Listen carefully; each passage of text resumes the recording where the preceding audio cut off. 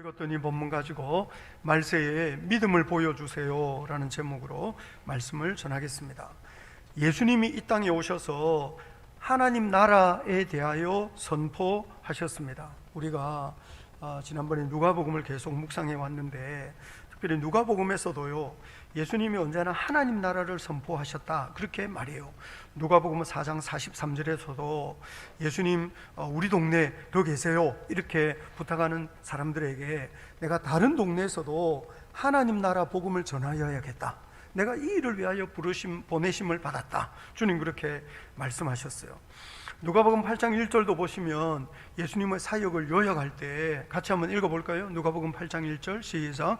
그 후에 예수께서 각 성과 마을에 두루 다니시며 하나님 나라를 선포하시며 그 복음을 전하실새 12제자가 함께 하였고, 그리고 이 12제자를 둘씩 짝지어 가지고 다 이렇게 파송하실 때도 누가복음 10장 9절 보시면 병자들을 고치고 또 말하기를 하나님 나라가 너희에게 가까이 왔다 해라. 주님이 제자들에게도 하나님 나라에 대하여 이야기하라고 말씀하세요.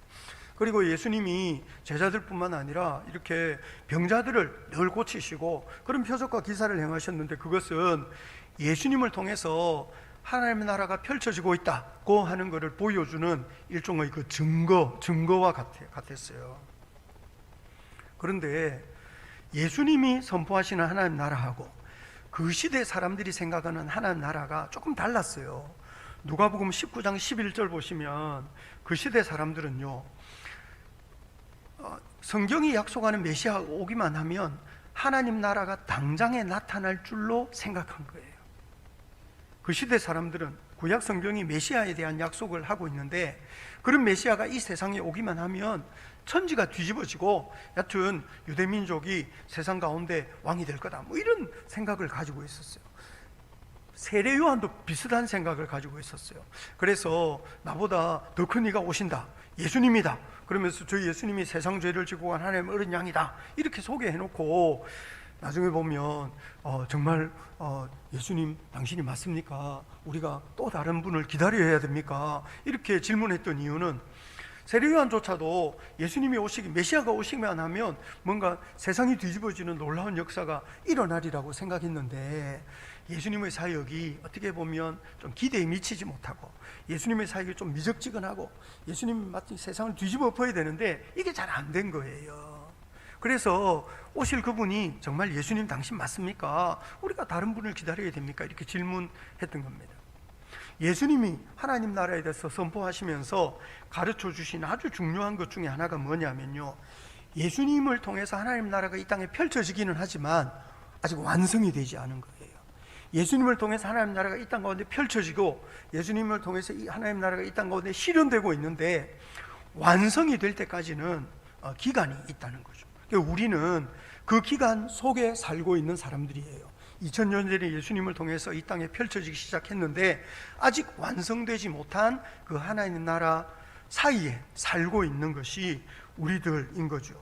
그럼 우리는 다시 오실 거다, 예수님이 다시 오시면 하나님 나라가 완성이 될 거다, 예수님이 다시 오시면 새하늘과 새 땅이 펼쳐질 거다, 예수님이 다시 오시면 성경의 모든 약속이 이루어지고 우리에게 정말 주님이 주신 그 언약대로 썩지 않고 더럽지 않고 쇠하지 않을 유업을 우리가 이어받게 될 거다, 그런 소망을 가지고 사는 사람들이 우리 예수 믿는 사람들인 거죠. 다시 오실 예수님 기대하고 소망하며 살아가는 성도 될 수 있기를 우리 주님 이름으로 축복합니다. 우리가 그동안 시편 묵상하다가 이제 어제부터 누가복음으로 돌아왔거든요. 그래서 어제 제가 이 구역장님들 통해서 공지할 때 누가복음 17장하고 18장은 연결되는 거니까 같이 한번 읽어보시고 오시라 제가 그렇게 부탁을 드렸어요. 그래서 오늘 본문이 사실 어제 읽었던 묵상 본문하고 이게 연속성이 있어요. 예수님이요, 하나님 나라가 완성이 될 때, 예수님이 다시 오실 때, 정말 마지막 때가 임박하면 어떤 일이 일어날 건지에 대해서 어제 몇 가지로 예수님이 설명하신 게 있어요. 일종의 경고였던 거죠. 그래서 예수님 다시 오실 날이 임박하게 되면 어떤 몇 가지 일들이 일어나는데, 그 중에 대표적인 거는요, 미혹하는 사람들이 많아질 거라는 거예요. 어제 누가복음 17장 23절 24절 한번 보시겠습니까? 누가복음 17장 23절 24절입니다. 같이 한번 읽어볼까요? 시작. 사람이 너희에게 말하되 보라 저기 있다 보라 여기 있다 하리라. 그러나 너희는 가지도 말고 따르지도 말아라. 번개가 하늘 아래 이쪽에서 번쩍이어 하늘 아래 저쪽같이 비침같이 인자도 자기 날에 걸어하리라. 번개가 번쩍거리는 거는요, 모든 사람들이 다 볼 수 있는 거예요. 그러니까 근데 예수님이 다시 오실 때는 모든 사람이 알 수 있는 방식으로 오신다는 거죠. 불신자도 부인할 수 없고 예수님을 대항하는 사람들도 항거할 수 없는 그런 영광스러운 모습으로, 그래서 천사정과 호령과 나팔 소리로 구름을 타고 오신다 이렇게 말씀하시는 이유는 온 세상 모든 사람들이 부인할 수 없는 방식으로 예수님이 다시 오실 거라는 거예요. 그러니 광고하는 메시아는 전부 거짓말이에요. 전도하는 재림주는 전부 거짓말이에요. 왜냐하면 예수님 다시 오실 때는 광고하거나 전도하거나 홍보하지 않아도 모든 사람들이 다시 오시는 예수님을 다 눈으로 보고 알게 되거든요. 그러니 문선명, 박태선을 비롯해서 무슨 이만희든 안상홍이든 장길자든 정명석이든 우리나라 저기 윤호동에 가면 재림교회 그 구인회든 누구든 이게 광고하고 홍보하고 전도하는 메시아, 프랭카드 적어놓은 메시아 전부 거짓말이라고요. 예수님은요, 번개가 번쩍여서 하늘 아래 이쪽에서 저쪽까지 번쩍해서 누구든지 다 볼 수 있는 것처럼 우리 예수님 그렇게 오신다는 거예요. 그래서 누가 저 동네 재림주가 있다, 저 동네 메시아가 있다 이렇게 말하는 거 그거 다 거짓말이라는 거죠. 그래서 주님께서 말씀하시는 거는 그런 사람들 듣지도 말고 그런 사람들 따라가지도 말아라. 주님 그렇게 말씀하시는 거예요. 그리고 또 한 가지, 예수님 다시 오실 때가 임박하면 어떤 일이 벌어지느냐 하면 뭔가 이 거룩함에 대한 감각, 경건함에 대한 감각을 가지고 살아가는 사람들이 점점 적어질 겁니다. 그래서 누가복음 17장 26절부터 29절 보시면, 누가복음 17장 26절부터 29절 한번 보시겠습니까? 같이 한번 읽겠습니다. 시작. 노아의 때에 된 것과 같이 인자의 때에도 그러하리라. 노아가 방주에 들어가던 날까지 사람들이 먹고 마시고 장가들고 시집가더니 홍수가 나서 그들을 다 멸망시켰으며, 또 롯의 때와 같으리니 사람들이 먹고 마시고 사고 팔고 심고 집을 짓더니 롯이 소돔에서 나가던 날에 하늘로부터 불과 유황이 비 오듯 하여 그들을 멸망시켰느니라. 노아의 때와 롯의 때는요 다 심판을 받아요. 다 망하는 거예요. 심판을 면할 수 없을 정도로 악한 시대예요. 그런데 중요한 거는요, 사람들이요 그렇게 심판을 면할 수 없을 만큼 악한 시대에도요 사람들이 뭘 하고 있느냐 하면, 노아의 때는 먹고 마시고 장가들고 시집가요. 롯의 때에는요 먹고 마시고 사고 팔고 심고 집을 지어요. 이게 뭐를 말하는 걸까요? 먹고 마시고 장가들고 시집가는 게 뭘까요? 먹고 마시고 사고 팔고 집을 짓는 게 뭘까요? 이거 다 일상이에요. 일상. 이거 무슨 문제가 되는 겁니까? 이게 뭐 죄를 짓는 겁니까? 먹고 마시고 장가들고 시집가고 사고 팔고 심고 집을 짓는 것이 이게 무슨 죄입니까? 아닙니다. 이거는 그야말로 사람들이 살아갈 때 반드시 해야 될 일상적인 활동이에요. 근데 뭐가 문제가 됩니까? 일상을 너무 열심히 사는 거죠. 먹고 마시고 사고 팔고 심고 집을 짓는 거 너무 열심히 하는 거예요. 장가들고 시집가는 거 너무 열심히 하는 거예요. 자기 일상을 너무 열심히 너무 부지런히 살다가 보니까 너무 바빠가지고요, 너무 할 일이 많아가지고요 하나님 생각할 시간도 없는 거죠. 자기 일상이 너무 바빠요. 너무 열심히 살아요. 그러다가 보니까 묵상할 시간도 없고 성경 읽을 시간도 없고 기도할 시간도 없고 뭔가 남들을 돌아볼 여유조차 없는 거죠. 자기 할 일이 너무 많아요. 너무 바쁘고 너무 분주하게 너무 열심히 살다가 보니까 하나님 생각할 겨를조차 없이 살아가는 사람들이 얼마나 많은지 모릅니다. 그래서 자기 일상을 너무 열심히 사는 거 문제될 수 있습니다. 더욱이 자기 일상을 너무 열심히 살다가 주변에 사람들이 얼마나 큰 고통을 겪고 있는지에 대해서도 돌아볼 여유가 없다. 그거는 더더욱 문제가 되는 것입니다. 에스겔 16장 49절부터 50절에 이런 말씀이 있어요. 같이 한번 읽어볼까요? 시작. 네 아우 소돔의 죄악은 이러하니 그와 그의 딸들에게 교만함과 음식물의 풍족함과 태평함이 있으며 또 그가 가난하고 궁핍한 자를 도와주지 아니하며 그만하여 가증한 일을 내 앞에서 행하였습니다. 그러므로 내가 보고 곧 그들을 없이 하였느니라. 이 사람들은요, 큰 소리 치면서 잘난 척할 만큼 화려하고 풍족하게 살았어요. 걱정할 것이 없는 삶을 살았어요, 소돔 사람들은. 근데 문제는 이 사람들은 화려하고 풍요로워가지고 걱정할 것이 없고 큰 소리 떵떵 치는 삶을 살 수 있었음에도 불구하고 소돔 사람들은요, 가난하고 궁핍한 자를 도와주지 않았어요. 어떤 의미에서 보면 적극적으로 말하면 외면이고요, 소극적으로 말하면 무관심이에요. 가난하고 궁핍한 사람이 있는데 외면하고 무관심하고 신경 쓰지 않는 거예요. 자기들은 너무 바빠요. 너무 화려하고 너무 풍요로워요. 걱정할 게 없어요. 그리고 삶의 목표도 뚜렷해요. 그러니까 열심히 사는 거죠. 우리가 일상을 열심히 살면서 우리 주변에 있는 연약한 사람, 우리 주변에서 고통당하고 있는 사람들에 대하여 무관심한 것, 그것이 죄가 될 수 있다는 사실을 깨달아야 합니다. 얼마 전에 묵상했던 누가복음 16장 거기 부자와 나사로 비유에서도요, 누가복음 16장 19절 한번 보시겠습니까? 성경 한번 읽어보시죠. 누가복음 16장 19절부터 21절입니다. 같이 한번 읽어볼까요? 누가복음 16장 19절부터 21절 성경 보셔야 돼요. 같이 한번 읽겠습니다. 시작. 한 부자가 있어 자색 옷과 고운 베옷을 입고 날마다 화롭게 즐기더라. 그런데 나사로라 이름하는 한 거지가 헌데투성이로 그의 대문 앞에 버려진 채 그 부자의 상에서 떨어지는 것으로 배에 불리려 하며 심지어 개들이 와서 그 헌데를 핥더라. 부자가 무슨 문제가 있습니까? 부자가 자색 옷과 고운 베옷을 입고 날마다 화롭게 즐기는 것이 죄입니까? 사실 성경은 그것보다 더 중요한 것이 뭐냐면 20절 제일 마지막 끄트머리에 그의 대문 앞에 버려진 채 이게 문제가 되는 거예요. 이 부자는 좋은 옷 입고 날마다 화롭게 즐길 만한 능력이 있었어요. 문제는 그 집 대문 앞에 버려진 나사로. 성경 비유에 이름 나오는 거 여기밖에 없어요. 나사로, 하나님이 도우시는 자. 하나님밖에 도와줄 분이 아무도 없는, 어느 누구도 신경 쓰지 않는, 버려두는 그것이 죄가 된다는 거죠. 그래서 예수 믿는 사람들은요, 자기 인생을 너무 자기 앞가림하면서 너무 열심히 살려고 하면 안 되는 겁니다. 너무 부지런히 살라 그러면 안 돼요. 이게 부지런히 살아가는 삶의 목표도요, 이게 시대와 문화에 따라 다 달라져요. 어떤 때는 퀼트, 어떤 때는 무슨 운동, 어떤 때는 수영, 운동도 이게 다 시대와 문화에 따라서 유행이 다르잖아요. 어떤 때는 이런 에어로빅, 또 어떤 때는 무슨 여러 가지 있더라고요. 여하튼 여러 가지.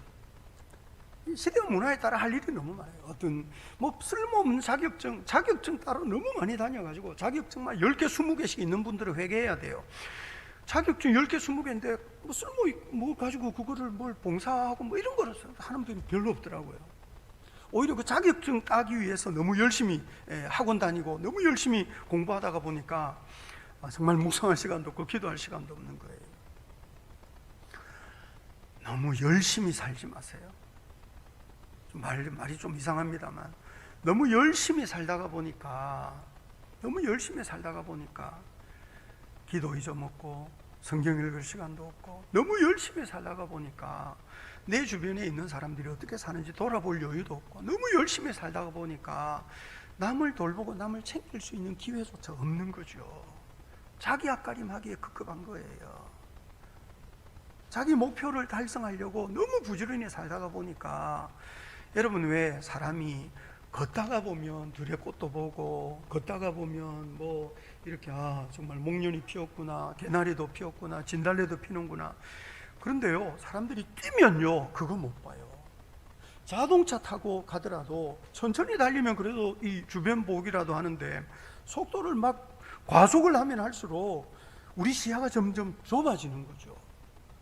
그래서 의외로 너무 많은 사람들이요, 너무 열심히 너무 빨리 달려가려고 하다가 보니까 시야가 좁아져 가지고요, 자기 주변을 볼 줄 몰라요. 다 자기 앞가림하고 살아야지, 이렇게 생각하는 거죠. 그리고 자기 앞가림 하지 못하는 사람은 바보 같은 인생이고 실패하는 인생이다, 그렇게 말을 하는 거죠. 우리 시대에 너무 열심히 사는 것이 문제가 될 수 있는 줄 알아야 합니다. 남을 돌아볼 여유도 없이 부지런히 사는 거, 그거 죄가 될 수 있습니다. 그래서 예수 믿는 사람들은요, 우리 사회가 얼마나 지금 고통으로 가득 차 있는 세상인지를 볼 줄 아는 그런 눈, 이를테면 노아의 시대, 그 타락한 시대, 롯의 시대, 그렇게 험악한 시대, 그 시대의 고통과 그 시대의 아픔에 귀를 기울일 줄 아는 것이 얼마나 중요한 일인지 모릅니다. 여러분, 그래서 우리가 우리 주변에 고통당하는 사람을 짊어지고 기도하는 거 필요하고요. 오늘 우리 집사님 기도하셨지만 미얀마를 위해서, 난민들을 위해서 기도하는 거 얼마나 중요하고요. 코로나 때문에 고통하고 신음하는 사람들을 위해서 기도하는 거 얼마나 중요하고, 내 문제 아니어도 타락한 세상에서 고통과 괴로움을 짊어지고 살아가는 그 영혼들을 우리 기도 가운데 품어내는 것이 얼마나 중요한 일인지 모릅니다. 그런데 세상은요, 자기 앞가림 하라 그러는 거예요. 세상은 네 인생 네 건데 너를 위해서 살아야지, 그렇게 말하는 거죠. 그러다 보니까 이 세상 풍속 따라가다가 보니까요, 우리가 은혜와 진리로부터는 점점 멀어지고 있는 거예요. 제가 이번 주에 어떤 글을 하나 읽었는데요, 그 글 쓴 분이 현대인들의 삶의 자리가 계속 변해왔다는 거예요. 현대인들의 삶의 자리가 들판에서부터 시장으로, 시장에서부터 극장으로 현대인들의 삶의 자리가 변해왔대요. 이를테면 삶의 자리가 옛날에는 들판이었다는 거죠. 농사를 짓거나 산에서 나무를 하거나 사냥을 하거나 다 땅을 기반으로 해서 살았다는 거예요. 그러니까 그 들판에서 살아갈 때는요, 성실하고 부지런한 게 중요했어요. 성실해야 되는 거죠. 열심히 일을 해야 되는 거예요. 시장에서는요, 열심과 성실보다 뭔가 이렇게 모험 정신이 더 중요하고 창의적인 생각이 더 중요했다는 거예요. 그리고 시장에서는요, 일확천금도 가능해요. 이게 들판을 토대로 살아가는 삶에는 일확천금하기 어려워요. 이게 심은 대로 거두는 거거든요. 그런데 세상이, 삶의 자리가 들판에서부터 시장으로 바뀌고 난 뒤에는 사람들이 얼마나 창조적이고 얼마나 모험정신으로 막 이렇게 달려드느냐에 따라서 이게 들판에서 살아가는 삶과는 전혀 다른 화려함, 전혀 다른 사치스러움, 그거를 누리게 된 거죠. 현대인들은요, 들판이나 시장에서 살지 않아요. 현대인들은 극장에서 산대요. 보고 듣고 즐기는 게 중요한 거죠. 현대인들이 가장 중요한 것은 유희예요. 얼마나 재미있느냐, 얼마나 즐거우냐, 얼마나 기분 좋은 거냐, 이게 더 중요하다는 거죠. 삶의 자리가 변했다고. 그래서 요즘은요, 이게 진리냐 이런 질문 하지 않아요. 재미없으면 질리는 거예요. 진리도요, 재미가 없으면 질려요. 그래서 현대인들은 이게 바른 거냐 이런 질문 하지 않아요. 재밌느냐, 기분 좋으냐, 즐거우냐, 이게 더 중요한 거죠. 그래서 재밌고 즐거운 거라면 뭐든지 다 받아들인다는 거예요. 여러분, 이것이 우리 시대의 문화여가지고요, 예배조차도 요즘은 뭔가 재미가 있어야 되고 즐거워야 되고 내 기분을 좋게 하는 거예요. 즐겁고 재미있고 기분 좋은 거를 따라다닌다는 점에서 정말 현대인들은요, 사람의 마음을 사고 파는 시대가 됐어요. 영혼을 사고 파는 시대가 된 거죠. 그래서 우리 시대는 온라인 대세, 그래서 예배와 모임조차도 다 영상, 이게 얼마나 위험한 시대인지 모르겠어요.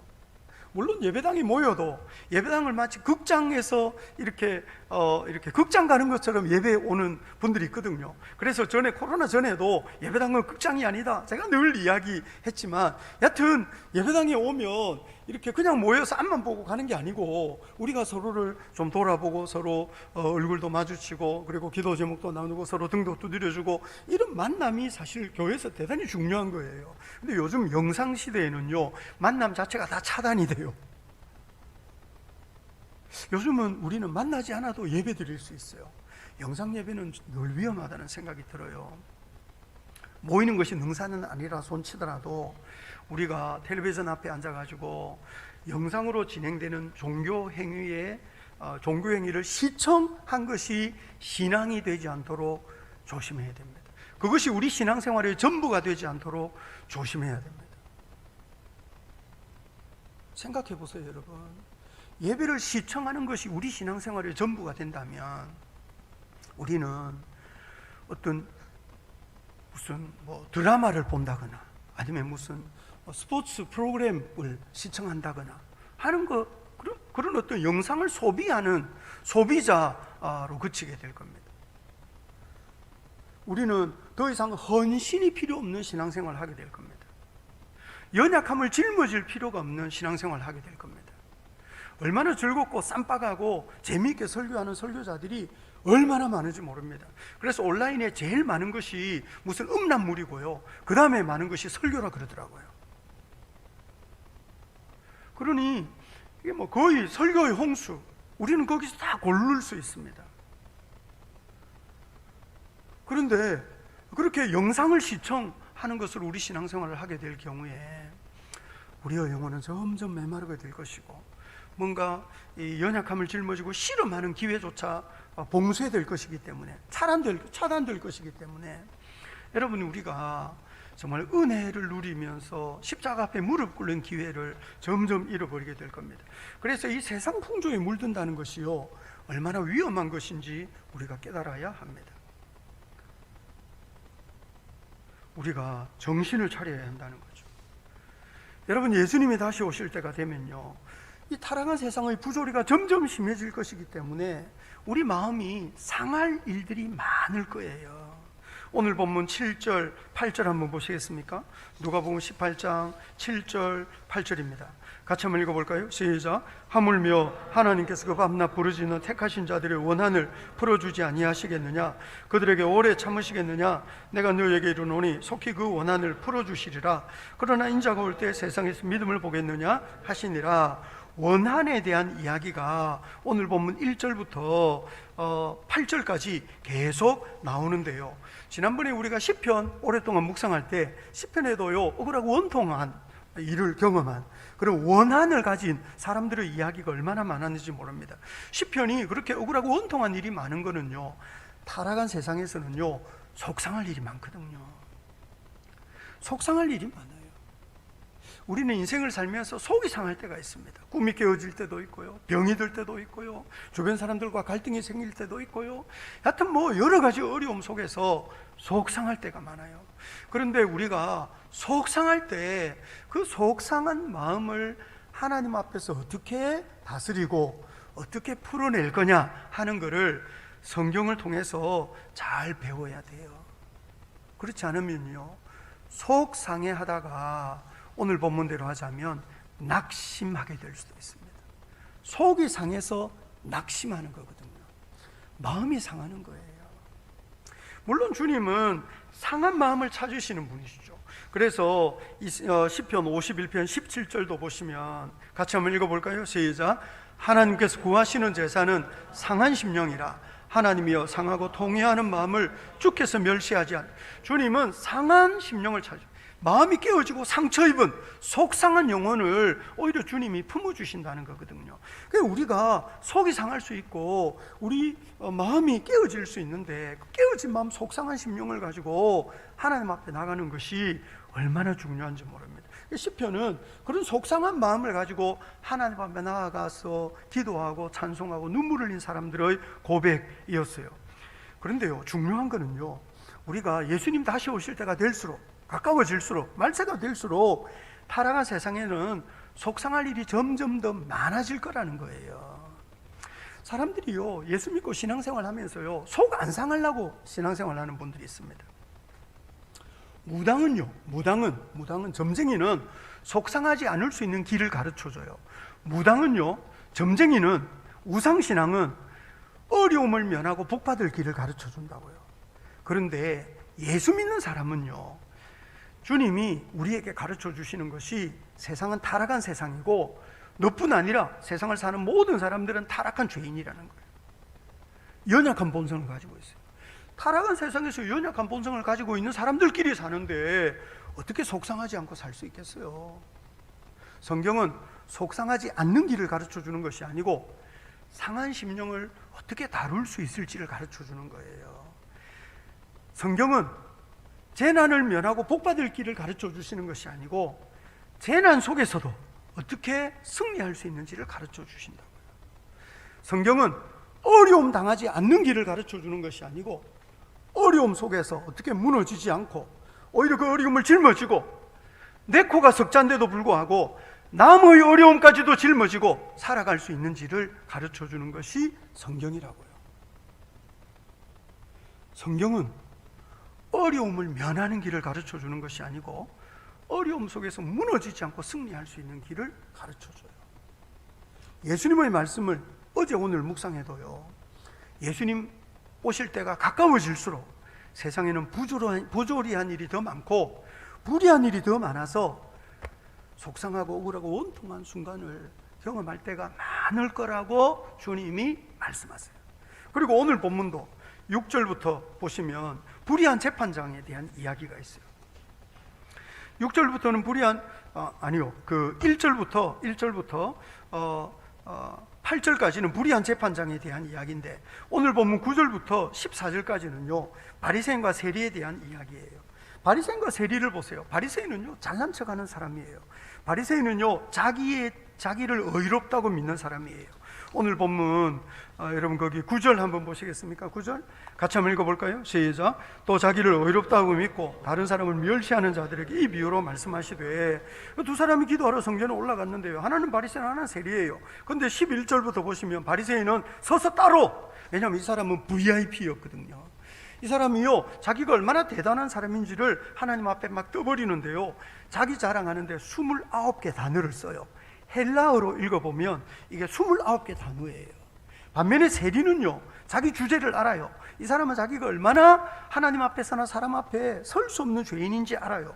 그래서 이 사람은 뭐 기도도 제대로 하지도 못하고 감히 눈을 들어 하늘을 쳐다보지도 못하고 가슴을 치면서 하나님이여 불쌍히 여기소서 나는 죄인이로소이다 이렇게 고백해요. 세상에 세리같이 겸손하고 겸비한 사람이 많을까요? 바리새인처럼 자기 자랑하고 싶어하는 사람이 많을까요? 우리 교회는 바리새인같이 큰 소리치고 잘난 척하고 싶어하는 사람이 많을까요? 세리같이 겸손하고 겸비한 사람이 많을까요? 예수님 말씀하시는 거는 14절 한번 보시겠습니까? 14절 같이 한번 읽어볼까요? 시작. 내가 너희에게 이르노니 이에 저 바리새인이 아니고 이 사람이 의롭다 하심을 받고 그의 집으로 내려갔느니라.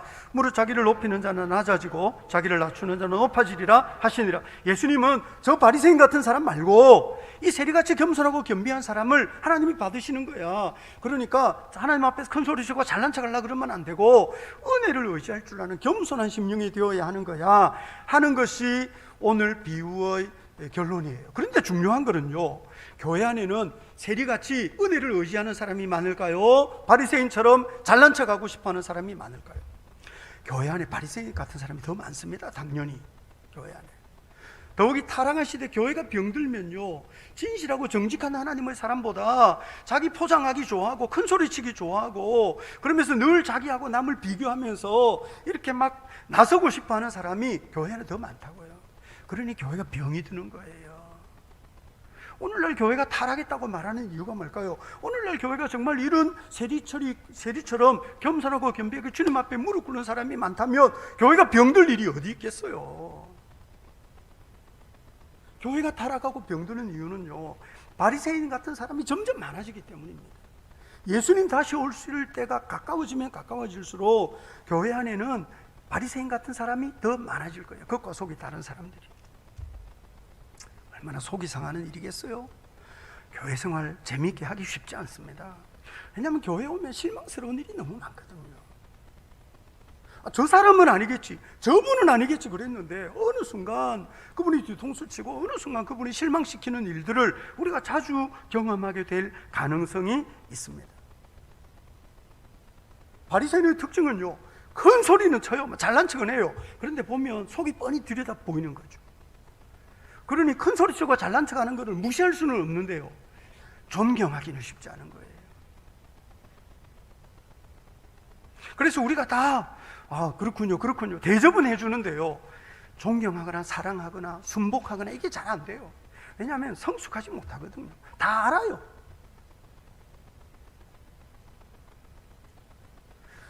예수님 다시 오실 때가 될수록 속상한 일이 많아질 겁니다. 예수님 다시 오실 때가 될수록 사람들이 경쟁하고, 예수님 오실 때가 가까워질수록 사람들이 경쟁하면서 남들을 무시하거나 아니면 경쟁하고 비교하면서 스스로를 초라하게 여기거나 열등감을 갖거나, 스스로를 초라하게 여기고 열등감 갖는 사람은요, 기분 나빠해요. 기분 나빠. 서로를 존중하고 대접하는 것이 아니고 이게 힘겨루기를 하게 되기 때문에 자기가 잘났을 때는 큰 소리 치는 거고요, 자기가 못났을 때는 기분이 나쁜 거예요. 속이 상해요. 교만하거나 열등감을 갖거나 둘 다 문제거든요. 사실 더 잘난 사람은 존중해주고 더 못난 사람은 품어주면 되는데 이게 정말 어려운 거예요. 왜냐하면 자기가 가장 중요한 거예요. 예수님 가까워질수록 예수님을 귀하게 여기고 십자가를 소중하게 여기는 것이 아니라 은혜를 의지하는 것이 아니고 자기에 대해서 너무 고민해요. 그래서 많은 현대인들의 관심이요, 남들이 나를 어떻게 생각할까 하는 거예요. 남들이 나를 어떻게 생각할까, 하나님이 나를 어떻게 보시는지에 대해서 담대함을 가지고 주님 품으로 달려가는 것이 아니고, 그 은혜를 의지하는 것이 아니고, 남들이 나를 어떻게 생각할까, 그거를 늘 고민하고 묵상하니까 늘 눈치를 보게 되거나 이렇게 자기를 포장하려고 하거나 진실하거나 정직하지 못해요. 그리고 항상 관계 속에서 스트레스 만땅인 거예요. 교회 안에서 상처를 받을 일이 얼마나 많겠습니까? 남들을 무시하며 사는 사람은 상처가 없겠습니까? 남들을 무시하며 사는 사람들은요, 세월 지나갈수록 마음이 교만해져요. 완악해진다고요. 사실 그것이 내면의 큰 상처예요. 그리고 스스로를 초라하게 느끼는 사람들도요, 늘 뭔가 이렇게 좀 주눅들고 비굴하게 살기 때문에 이게 상처를 벗어버릴 수가 없는 거예요. 그러니 속상할 일, 원통할 일 많을 거라는 거예요. 예수님 다시 오시기 전에는 속상하고 원통할 일이 많을 거라는 거죠. 그래서 예수님께서 오늘 말씀하시기를 18장 1절 다시 한번 볼까요? 18장 1절 같이 한번 읽겠습니다. 시작. 예수께서 그들에게 항상 기도하고 낙심하지 말아야 할 것을 비유로 말씀하여 이르시되, 예수님이 왜 예수님 다시 오실 때가 임박할 그 마지막 때에 대하여 말씀하시면서 기도를 가르치시느냐 하면, 기도하지 않으면 낙심을 이길 수가 없어요. 기도하지 않으면 속상한 마음을 이길 수가 없는 거예요. 기도하지 않으면 원통함을 풀 수가 없어요. 마음 상할 일이 너무 많을 거기 때문에 기도하지 않으면 안 된다는 것을 예수님이 가르쳐 주시는 거죠.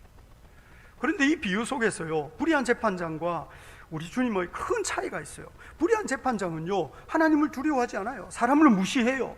그런데요, 그 도시에 어떤 원통함을 짊어지고 있는 과부가 있었는데요, 사실 그 재판장의 결론은요, 오늘 보면 5절 한번 보시겠습니까? 18장 5절입니다. 같이 한번 읽어볼까요? 시작. 이 과부가 나를 번거롭게 하나 내가 그 원한을 풀어주리라. 그렇지 않으면 늘 와서 나를 괴롭게 하리라 하였네. 재판장이요, 과부의 원한을 풀어주는데 이유가 뭐냐면 귀찮아서 번거로워서, 이 과부가 너무 끈질기게 자꾸 자기를 찾아오니까 귀찮고 번거로워서 이거 풀어주고 끊어버리겠다. 그런데요, 우리 주님은요, 6절부터 8절 보시겠습니까? 오늘 보면 18장 6절부터 8절입니다. 같이 한번 읽어볼까요? 시작. 주께서 또 이르시되, 불의한 재판장이 말한 것을 들으라. 하물며 하나님께서 그 밤낮 부르짖는 택하신 자들의 원한을 풀어주지 아니하시겠느냐?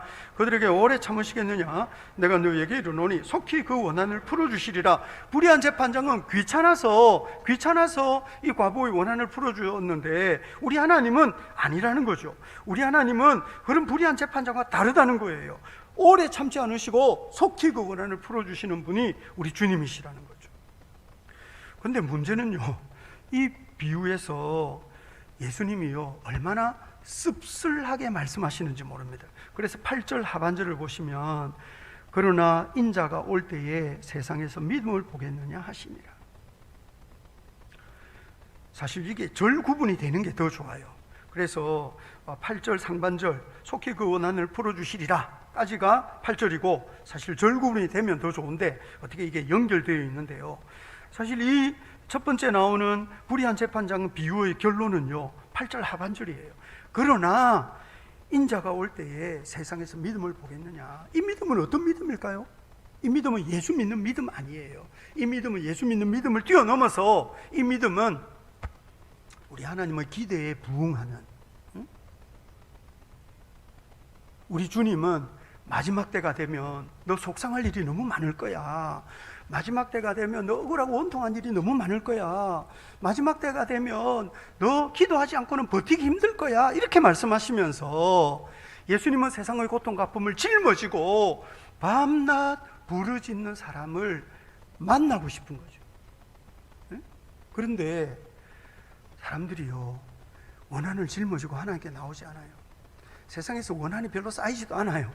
왜냐하면 세상을 너무 좋아하고 세상과 너무 친하기 때문에, 뭔가 믿음으로 세상과 맞서는 삶을 살지 않기 때문에 세상이 불편하지 않은 거예요. 그러니 기도할 일이 뭐가 있겠어요?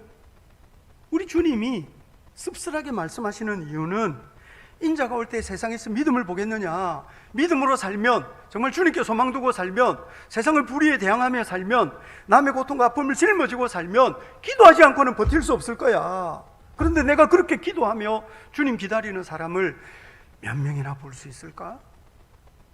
주님 그렇게 씁쓸하게 말씀하신다고요. 몇 명이나 될까요? 얼마나 될까요? 이 타락한 세상에서 믿음으로 살다가 속상하고, 이 타락한 세상 하나님께 순종하다가 고통당하고, 그러면서 자기 코가 석자지만 그럼에도 불구하고 나는 내 주변을 돌아봐야지, 자기 앞가림만 하는 게 아니고 주변에 있는 연약한 사람, 쓰러진 사람, 고통당하는 사람 돌보고 챙겨주고, 그리고 자기 기도 제목만 가지고 기도하는 게 아니라 남의 기도 제목 짊어지고 주님 앞에 울부짖으면서, 오늘 본문대로 하자면 밤낮 부르짖는 사람이 몇이나 되겠느냐고요. 그래서 예수님께서 인자가 올 때 세상에서 믿음을 보겠느냐 말씀하시는 거예요. 이번 주간에 금요일까지 시편 묵상했는데요, 몇 사람이 저한테 질문한 게 있어요. 그게 뭐냐면 시편 59편 10절부터 13절에 이런 말씀이 있거든요. 10절에 나의 하나님이 그 인자하심으로 나를 영접하시며 하나님이 나의 원수가 보응받는 것을 내가 보게 하시리이다. 원수가 보응받는 걸 보게 하시리다. 그런데요, 11절에 시편 기자가 뭐라고 기도하느냐 하면, 같이 한번 읽어볼까요? 시작. 그들을 죽이지 마옵소서. 나의 백성이 있을까 하나이다. 우리 방패 되신 주여, 주의 능력으로 그들을 흩으시고 낮추소서. 그들의 입술의 말은 곧 그들의 입의 죄라. 그들이 말하는 저주와 거짓말로 말미암아 그들이 그 교만한 중에서 사로잡히게 하소서. 진노하심으로 소멸하시되 없어지기까지 소멸하사 하나님이 야곱 중에서 다스리심을 땅끝까지 알게 하소서. 이 시편 기자가요, 흩으시고 낮추세요, 소멸하시되 없어지기까지 소멸하세요, 이렇게 기도하면서 11절에 그들을 죽이지는 마세요, 이렇게 기도한다는 거죠. 이유가 뭐냐는 거예요. 이 시편 기자는 원수가 흩어지고 원수가 낮아지고 원수가 소멸되기를 다 기도하면서, 다만 그들을 죽이지 마세요, 나의 백성이 있을까 하나이다, 이렇게 기도하는 이유가 뭐냐, 이렇게 막 여러분들이 저한테 질문했어요. 여러분, 그런데 사실 이거 대단히 중요한 질문이기도 하고 중요한 말씀이기도 해요. 여기 오늘 본문 조금 전에 읽었던 시편 59편 13절에 야곱 중에서 다스리심을, 이게 다스림, 하나님의 통치, 하나님의 다스림, 이게 하나님 나라의 핵심이거든요. 하나님이 세상을 다스리실 때요, 악이 하루아침에 없어지지 않습니다. 죄인이 하루아침에 사라지지 않습니다. 하나님은 악을 단번에 없애버리는 분이 아닙니다. 이유가 뭐겠습니까? 사실 신약의 표현대로 하자면 베드로후서 3장 9절에 같이 한번 읽어볼까요? 베드로후서 3장 9절 같이 한번 볼까요? 시작. 주의 약속은 어떤 이들이 더디다고 생각하는 것 같이 더딘 것이 아니라 오직 주께서는 너희를 대하여 오래 참으사 아무도 멸망하지 않고 다 회개하기에 이르기를 원하시느니라. 악한 사람도요, 단번에 죽여버리는 것이 아니고 하나님이 기회를 주시고 기다리세요. 악한 사람이 단번에 없어지지 않기 때문에 그 사람에게 하나님이 기회를 주시는데요, 하나님이 주시는 그 기회가 그 고약한 사람 때문에 어려움을 당하고 있는 내게는 더 힘든 기간인 거죠. 이를테면 지난번에 우리 시편 묵상할 때 사울이 굴에 들어왔을 때 다윗이 죽이지 않은 거는 믿음으로 순종해서 한 거죠. 그렇지만 죽이지 않아서 덕분에 다윗은 더 오래 고생하거든요. 죽여버리면 될 것 같지만 죽이는 건 하나님 뜻이 아닌 거죠. 그래서 죽이지 마세요. 그렇지만 저 원수가 계속 좀 이렇게 흩어지고 망하고 소멸되게 해주세요. 그 기간 동안에 참고 견디고 기다리는 거죠. 더 우리는 하나님께서 어떤 선한 일을 하실 때까지. 그리고 그 고통을 짊어지고 사는 거죠. 근데 그 고통을 짊어지는 게 너무 어렵고 힘든 거예요. 그래서 기도하지 않고는 버틸 수가 없다는 거죠. 세상의 고통과 세상의 아픔이 단번에 사라지지 않습니다. 나를 괴롭히는 그 인간이 하루아침에 벼랑간 죽어 없어지지 않습니다. 하나님은 그 영혼이 회개하기를 기다리시는 거예요. 여전히 기회가 있어요. 그래서 하나님이 하시는 일은 뭔가 우리 기대에 미치지 못할 때가 있어요. 우리는 뭔가 금방금방 역사가 이루어지기를 원하고, 우리는 뭔가 확실하게 내 꿈대로 되기를 원하지만 그게 그렇지 않은 거예요. 하나님의 때가 있고 하나님의 방법이 있는 거죠. 그러니 그 하나님의 방법을 기다리는 우리가요, 기도하지 않으면 버텨내기가 어려워요. 그래서 주님이 항상 기도하고 낙심하지 말아야 될 거를 가르쳐 주시는 거죠. 주님은 불의한 재판장과 달라요. 속히 들어주세요. 속히 원한을 풀어주신다고요. 오래 참지 않으시고. 그럼에도 불구하고 속히 오래 참지 않으시고 속히 원한을 풀어주심에도 불구하고 그 기간이요, 견디기 쉽지 않을 수도 있어요. 그거를 참고 견디고 그러면서 주님 어서 오시옵소서, 주님 어서 오셔서 우리는 눈물 닦아주시고, 주님 어서 오셔서 이 타락한 세상에 고통당하는 저 영혼들을 위로해 주세요. 이 부르짖는 피조물, 이 탄식하는 피조물들을 하나님의 영광의 자유에 이르게 해주세요. 이렇게 기도해야 되는 것이 예수 믿는 사람의 사명인 거죠. 그런데 너무 많은 사람들이요, 노아의 때 롯의 때와 같이 자기 일이 너무 바빠요. 자기 일이 너무 바빠가지고, 자기 일상이 너무 분주해가지고 하나님이 어떤 일을 하고 계시고 무엇을 이루려고 하시는지에 대해서 관심이 없어요. 이 시대에 너무 많은 사람들이요, 너무 자기 앞가림 하느라고 정신이 없어가지고요, 자기 주변에 어떤 고통, 어떤 아픔이 있는지 돌아볼 여유가 없어요.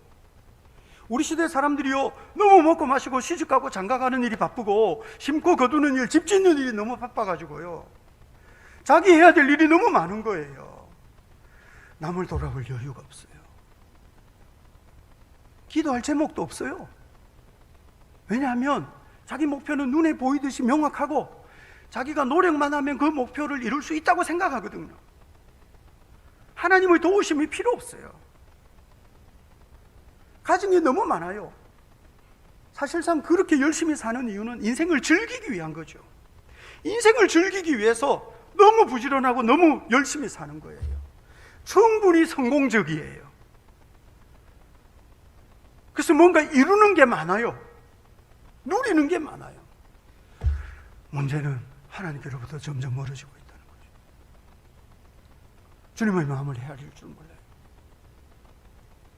우리 주님은 세상을 짊어지고, 우리 주님은 죄인을 짊어지고, 우리 주님은 고통을 짊어지고 십자가 짊어지고 계신데, 우리는 짊어질 십자가는 없고 다만 장식물로의 십자가, 액세서리 십자가밖에 없는 거죠. 우리 인생. 주님께서 씁쓸하게 말씀하시는 거예요. 인자가 올 때 세상에서 믿음을 보겠느냐. 예수님이 인자가 올 때 세상에서 믿음을 보겠느냐, 씁쓸하게 말씀하시는데, 이런 주님 앞에서 그래도 주님, 그래도 제가 있어요. 제가 그래도 주님 기다리고 있어요. 제가 그래도 주님 마음 배우려고 애를 써요. 주님은 이 세상에서 믿음 있는 사람을 몇이나 볼 수 있을 때 내가 걱정이다, 그렇게 말씀하시는데, 그 주님 앞에서 그래도 주님, 저는 주님 마음 헤아리려고 해요. 저는 주님 옆에 있어요. 저는 주님과 같은 기도 제목 가지고 살려고 몸부림쳐요. 여러분, 그렇게 믿음을 보여줄 수 있는, 믿음을 입증해낼 수 있는 그런 하나님의 사람 될 수 있기를 우리 주님의 이름으로 축복합니다. 아멘, 아멘.